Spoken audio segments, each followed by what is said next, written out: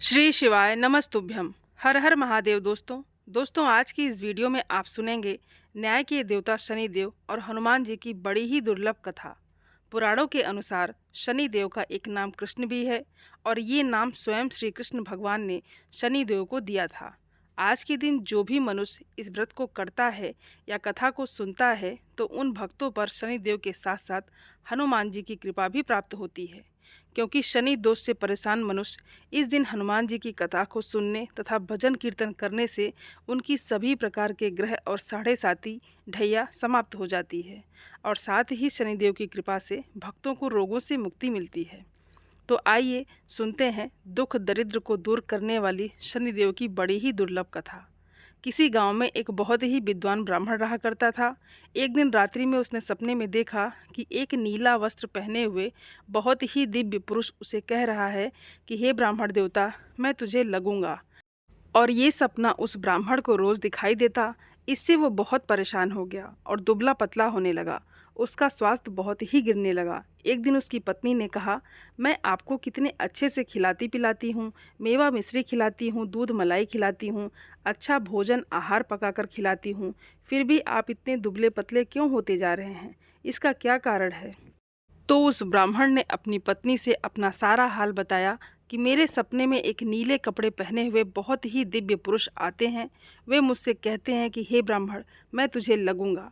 अब यही सोचकर मुझे भूख प्यास नहीं लगती और मैं दुबला होता जा रहा हूँ। तब ब्राह्मणी ने कहा, हे पतिदेव, मुझे लगता है कि आपको शनि भगवान दर्शन देते हैं।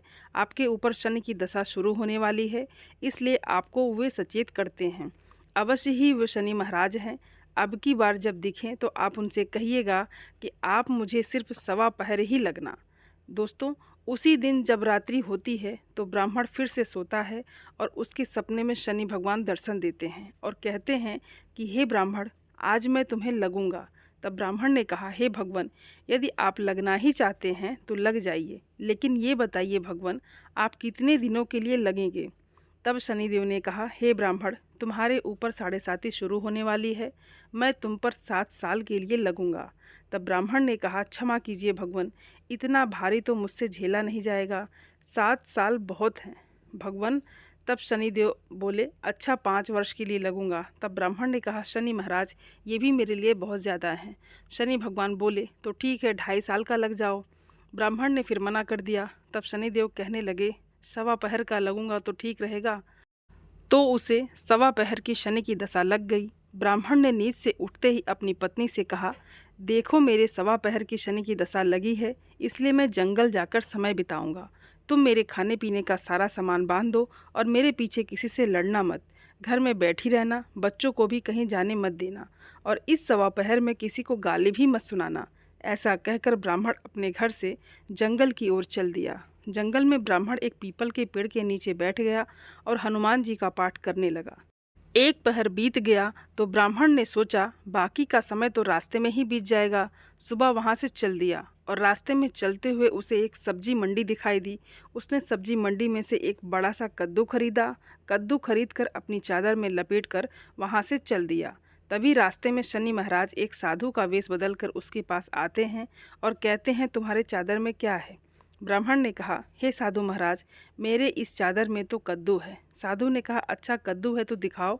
जब ब्राह्मण ने अपना चादर दिखाया तो उसमें तो उस राज्य के राजा के बेटे का कटा हुआ सर था।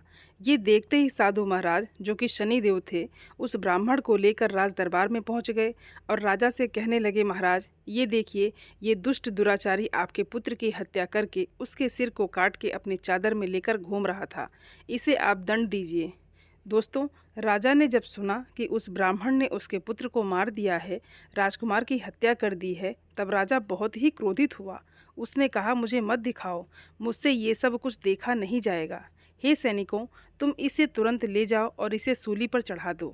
जब नगर में ये समाचार लोगों ने सुना कि राजा के पुत्र का सिर कट चुका है, एक ब्राह्मण ने उसकी हत्या कर दी है, तो नगर में हाहाकार मच गया और उस ब्राह्मण को सैनिक सूली पर चढ़ाने के लिए ले गए।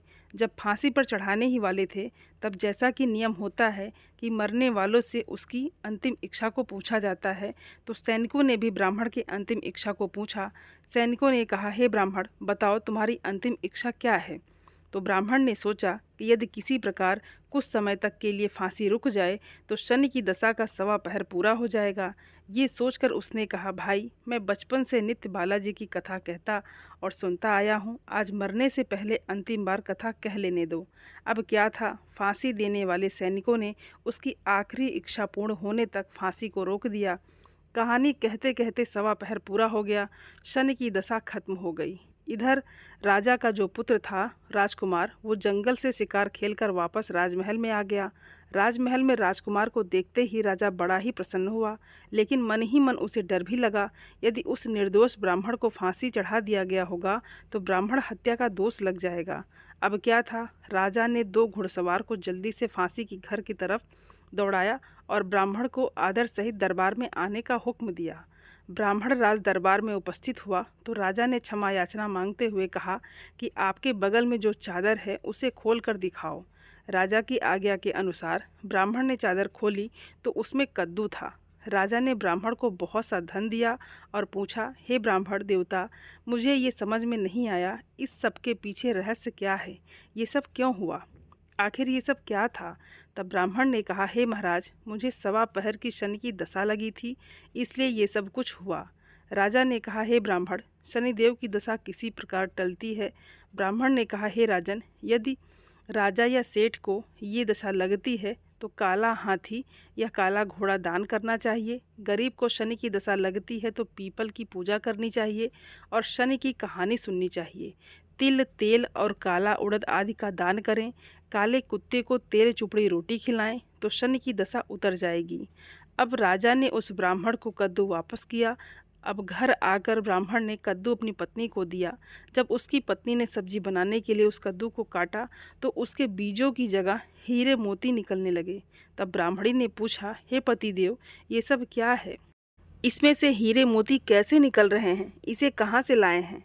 तब ब्राह्मण ने कहा, हे प्रिय, जब शनि की दशा लगी थी तो ये कद्दू कुंवर का सिर बन गया था और जब दशा उतरी है तो शनि महाराज ने कैसे निहाल कर दिया, माला माल कर दिया है हमें। हे शनि देवता, जैसे ब्राह्मण को शनि की दशा लगी वैसे किसी को भी शनि की दशा ना लगी। जैसे ब्राह्मण को धन दौलत मिला वैसे सबको धन दौलत मिले। कथा कहने वाले, सुनने वाले और हुंकारा भरने वाले सबको मिले। बोलिए श्री शनिदेव महाराज की जय। दोस्तों, जो भी व्यक्ति शनिवार का व्रत करके कथा को सुनते हैं, शनिदेव उनके सभी कष्टों को दूर करके उनके घर में धन संपत्ति का भंडार भर देते हैं और शरीर के सभी रोगों को नष्ट कर देते हैं। प्रेम से बोलिए श्री शनिदेव महाराज की जय। दोस्तों, उम्मीद करती हूँ ये वीडियो आप सभी लोगों को बहुत अच्छी लगी होगी और आप सभी सनातनी भाई बहनों से मेरा विनम्र निवेदन है, मेरे चैनल को सब्सक्राइब ज़रूर कर लें और वीडियो को लाइक और अपने फैमिली फ्रेंड के साथ शेयर ज़रूर करें। आप सभी को जय श्री कृष्णा, राधे राधे दोस्तों।